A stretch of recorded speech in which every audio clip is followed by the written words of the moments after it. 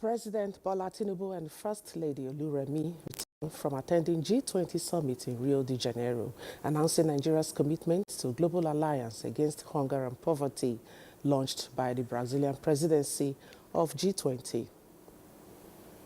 The Senate Committee on Banking, Insurance and Other Financial Institutions advocates sustainable approach to clearing AMCON's 3 million naira loan.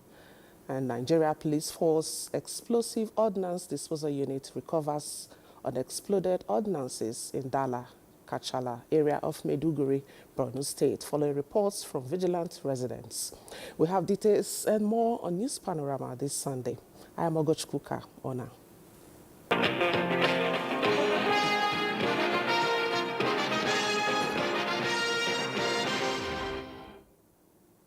President Bola Tinubu and First Lady Oluremi are back in Abuja from Rio de Janeiro, where they attended the 2024 G20 Leaders Summit. The Nigerian presidential airplane landed at the Nnamdi Azikiwe International Airport, Abuja, at about 20 minutes past 10 Saturday night. Nigeria was invited as a guest country for participation at the summit of the 20 biggest economies in the world. At the summit, President Bola Tinubu announced commitment of Nigeria to the Global Alliance Against Hunger and Poverty, launched by the Brazilian presidency of G20. On the sidelines, President Tinubu met with Managing Director of the International Monetary Fund, IMF, Kristalina Georgieva, where the Global Financial Agency commended the Tinubu administration's economic reforms and their positive indicators. The Nigerian leader also had some bilateral meetings and saw to the signing of letter of intent for Nigeria's partnership with 3 Brazilian companies to facilitate development of Nigeria's livestock sector. The chairman, Senate Committee on Banking, Insurance and Other Financial Institutions, Senator Tokunbo Abiru, says the Asset Management Corporation of Nigeria, AMCOM, was not created as a permanent in the country's financial landscape, making a sustainable approach imperative to clear the 3 trillion naira loan of the corporation. Michael Olale reports that the senators jointly agreed to this at a forum in Lagos. Establishing a sustainable path to financial and economic stability is the mandate before the Senate Committee on Banking, Insurance and Other Financial Institutions, and going by the template of intervention presented here, the country has disbursed 4.1 trillion naira for asset purchase and financial accommodation in the last 13 years. The challenge, therefore, is why the corporation vested with the mandate is taking towards the end of the duration of its constitutional responsibility. There are still huge debts yet to be recovered, which is put at around 3 trillion naira. The chairman, Senate Committee on Banking, Insurance and Other Financial Institutions, while explaining that this interface is necessary to fashion out strategies needed to hasten the recovery process, did not rule out the possibility of extending the period of existence of the Asset Management Corporation of Nigeria. An extension can be made, but clearly we must just be sure that whatever extension we are giving is a practical and realistic extension. It is to focus on recovering whatever is outstanding so that it can be useful to government for other critical needs. We have a plan of securitizing, but you cannot securitize a dead asset.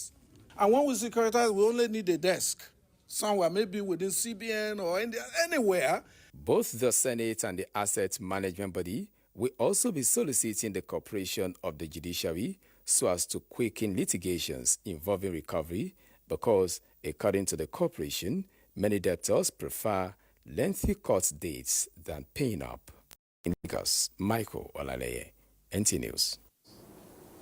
The UN Climate Change Conference, COP29, has closed with a new finance goal to help countries to protect their people and economies against climate disasters and share in the vast benefits of the clean energy boom.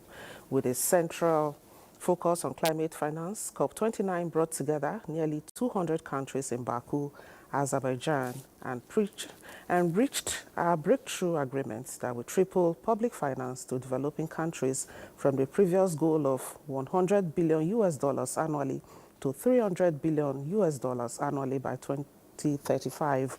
Secure efforts of all actors work together to scale up finance to developing countries from and private sources to the amount of $1.3 trillion per year by 2035. Known formally as the New Collective Quantified on Climate Change, NCQG. It was agreed after 2 weeks of intensive negotiations and several years of preparatory work in a process that requires all nations to unanimously agree on every word of the agreement. And now security. The Nigeria Police Force Explosive Ordnance Disposal Unit has successfully recovered unexploded ordnances in the Dala-Kachala area of Maiduguri, Borno State, following reports from vigilant residents. A statement by the force indicates that the EOD operatives recovered 6 unexploded projectiles and 1 mortar bomb near an uncompleted building. The EOD unit has safely removed the ordnances, declared the areas safe, and conducted explosive risk awareness campaigns to sensitize residents. Meanwhile, the Inspector General of Police, Kayode Egbetokun, has applauded the EOD operatives in Borno State for their prompt response and professionalism in preventing a series of calamities, as many IEDs have been safely recovered in many instances within the state. IGP Egbetokun enjoins members of the public to refrain from handling suspicious objects and to promptly report such discoveries to the police for prompt action. The Minister of State Works, Mohammed Bello Gwaranyo, has urged agencies under the Ministry of Works to engage in unlocking new sources of fund, which he says will reduce their dependence on federal government allocation. The Minister of State said this at a meeting with the heads of the agencies on the heels of a formal handover of the supervision of the agencies to his office. Abdullahi Mohammed reports. The meeting started with a formal introduction of the Minister of State Works. Brings me to the introduction of our new Minister of State, Right Honorable Bello Gwaranyo. Did I get it right?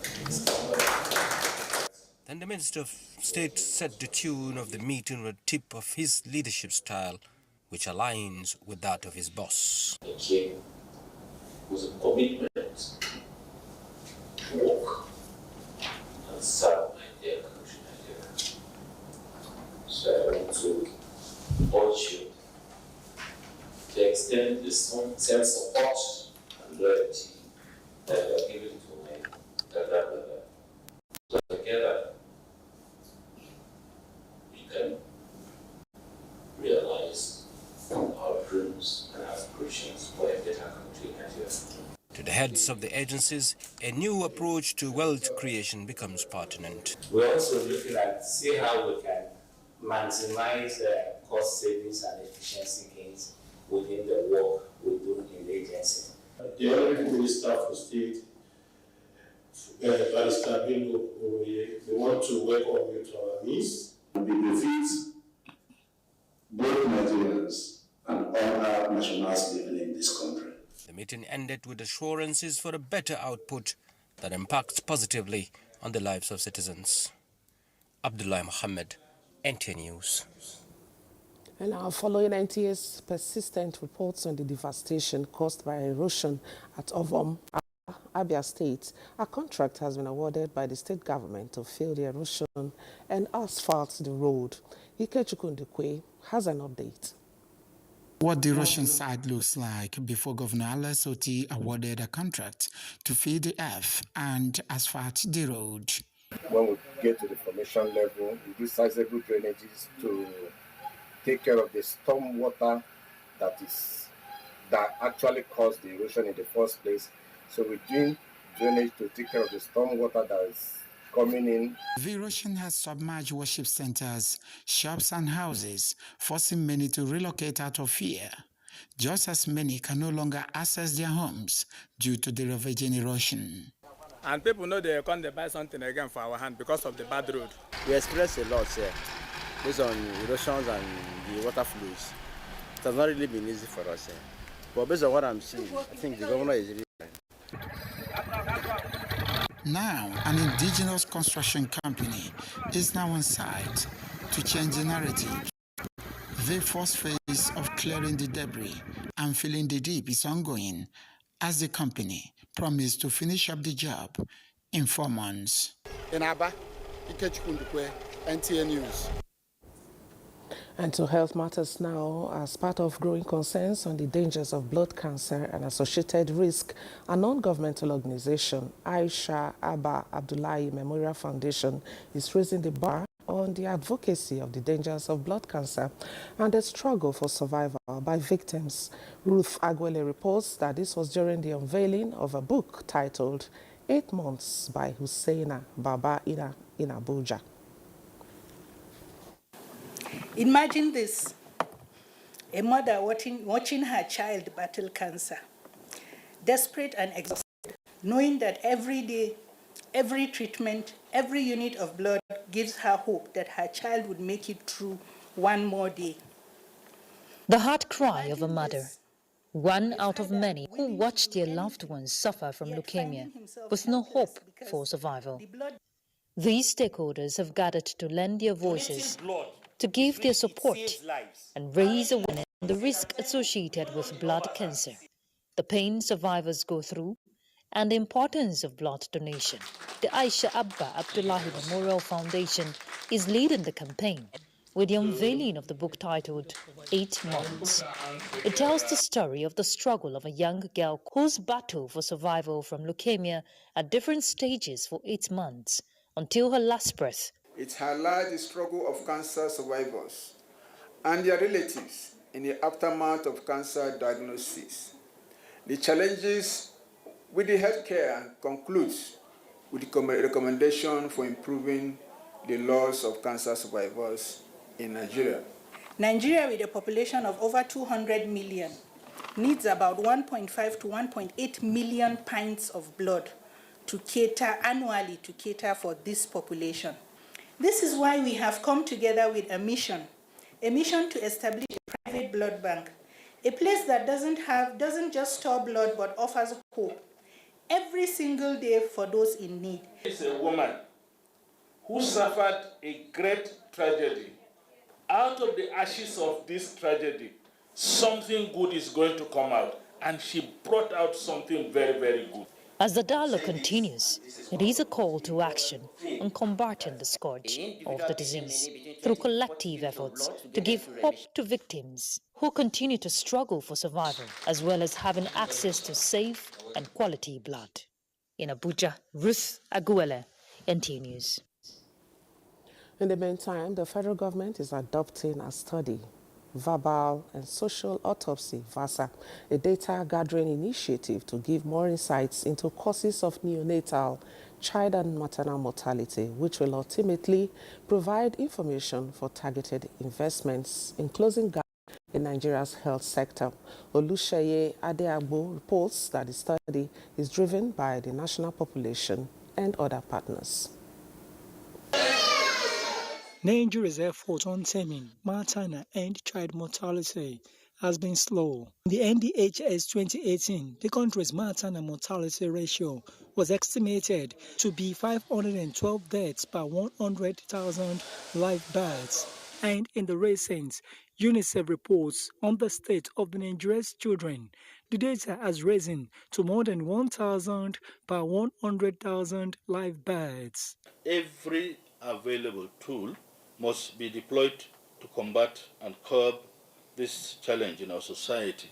This, therefore, brings us to the imperatives of generating reliable data on the causes and determinants of neonatal deaths, infant deaths, as child mortality in Nigeria. The National Population Commission, the agency of government mandated to generating and providing demographic data for planning purposes, is working on a new research, Verbal and Social Autopsy, VASA. The Commission is strategically prepared and committed to generating the data to aid planning in the health sector, and to this end, all necessary steps have been put in place to make sure that the 2024 VASA study is successfully implemented. The exercise for VASA study data collection, which began on 4th of November across the 36 states of the Federation and the LCT, is fixed for completion December 15, 2024 in Abuja. Olusheye Adiagbo, NTA News. And time for some messages. Panorama comes in a moment. Stay tuned. Katsina State Government says the World Bank's approval for the second phase of the Adolescent Girls Initiative for Learning and Empowerment is a strategic move towards complementing efforts to promote development in girl child education. Governor Diko Rada said this during the inauguration of the first phase of the social construction project in Katsina. Awa Aliru reports. The first phase of the initiative supported the construction of 75 secondary schools across the state. Governor Dikorada highlighted the World Bank's crucial role in enhancing the learning ecosystem of the state. The governor appreciated the inclusion of teacher training, ICT skills, empowerment programs, and essential facilities like laboratories. And all other things that are needed in the class to function. And I'm glad that the project is concentrating again on the issue of teachers training. The state government has also announced plans to publish a recent competency test for secondary school management and construct 3 special model secondary schools in each senatorial district in the state. The project includes collaboration, for example, with the traditional leaders and the religious leaders to encourage girls to stay in school. Continuous quality assurance support to schools has been prioritized, and the ministry has digitized the quality assurance checks. The Agile program has received over 30 billion from the World Bank, with plans to extend teacher training, capacity building, and entrepreneurship skills program in the second phase. Awal Haliru, NTA News. And to politics, the People's Democratic Party, PDP Governors Forum, is calling on the federal government to urgently review the microeconomic and fiscal policies to address the welfare of Nigerians. This is contained in its 8-point communique issued after its 2-day meeting in Jos, Plateau State. Ndeyang Andiabagyang reports. Attendants were members of the Working Committee of the Party, Board of Trustees, National Assembly Forum, and former Ministers Forum. The forum wishes to pledge that all PDP governors will continue to aggressively pursue policies and programs that will reduce the hardship and ensure progress and development. It resolved to suspend the next meeting of the party to honor one of their members, the governor of Akwa Ibom State, whose wife will be buried on the same day earlier agreed by the meeting. It therefore advised the National Working Committee of the party to call for next meeting latest the first week of February 2025. The forum further commiserated with the government and people of Plateau State over the Laranto Katako market inferno and the government and people of Jigawa State over the tanker explosion where many lives were lost. In Jos, Ndenyan and Diabagyang, NTA News. In a landmark initiative aimed at enhancing tourism and strengthening community involvement, Ekiti State Bureau of Tourism held a public engagement session to develop tourism policy framework for the state's economic growth. Olukemi Sani has details. Ekiti State is blessed with numerous tourist site locations and endowed with waterfalls, hills, breathtaking valleys, vast tracts of unspoiled nature, wildlife reserves, as well as unique natural warm and cold therapeutic springs. As this industry continues to grow, a comprehensive tourism policy is essential for effective resource management, cultural heritage protection, and the establishment of guidelines for sustainable tourism development in Ekiti State. The public engagement session is designed to gather diverse perspectives, allowing policymakers to understand the views and requirements of various stakeholders, including community leaders, local business owners, hoteliers, security agencies, cultural custodians, and tourism operators. Government is just a passive phase. We may not be here tomorrow, but the policy will be policy. All of them will be happy that they have contributed their own concern at making the tourism policy of Ekiti State sustainable. The underscores Governor Biodun Oyebanji's commitment to fostering inclusive growth and sustainable development within the tourism sector and to position Ekiti as the first state in the country to own a tourism development plan and attain leadership targets in global tourism markets. In Ado-Ekiti, Olukemi Sani, NTA News. And now, sports update. Let's begin with MPFL. Matchday 13 fixtures of the Nigerian Premier Football League played on Saturday saw Bendel Insurance beat Kwara United. Kano Pillars were held to a 2-2 draw by Lobi Stars. Niger Tornadoes play a goalless draw against Ikorodu City. El Kalemi Warriors beat Akwa United by a lone goal as Heartland and Rangers share the spoils. Meanwhile, for Sunday's fixtures, Plateau United host Nasarawa United, Rivers United take on Abia Warriors, Four Stars are away to Katsina United, and True SC battles Bayelsa United. Still on football, Democratic Republic of Congo side TP Mazembe have won the 4th edition of the CAF Women's Champions League Morocco 2024, a highly tactical and hard-fought 1-0 victory against former champions and hosts. AS FAR saw the Democratic Republic side crown the new champions of Africa for the first time. To golf, handicap 15 player retired Major General Victor Ezegu has emerged overall winner of the 2024 Golf for Peace tournament, which ended Saturday at the TYB Golf Course in Abuja. Ezegu grossed 78 with a net score of 63 to outplay a field of over 180 golfers to emerge champion, as organizers say the tournament has lived up to its billing as gospel of peace and unity has been successfully preached in the tournament. I've been playing golf in the last 30 years of my life, but this is the high point of my golf career because the first time I'm winning a major tournament. It's called Golf for Peace.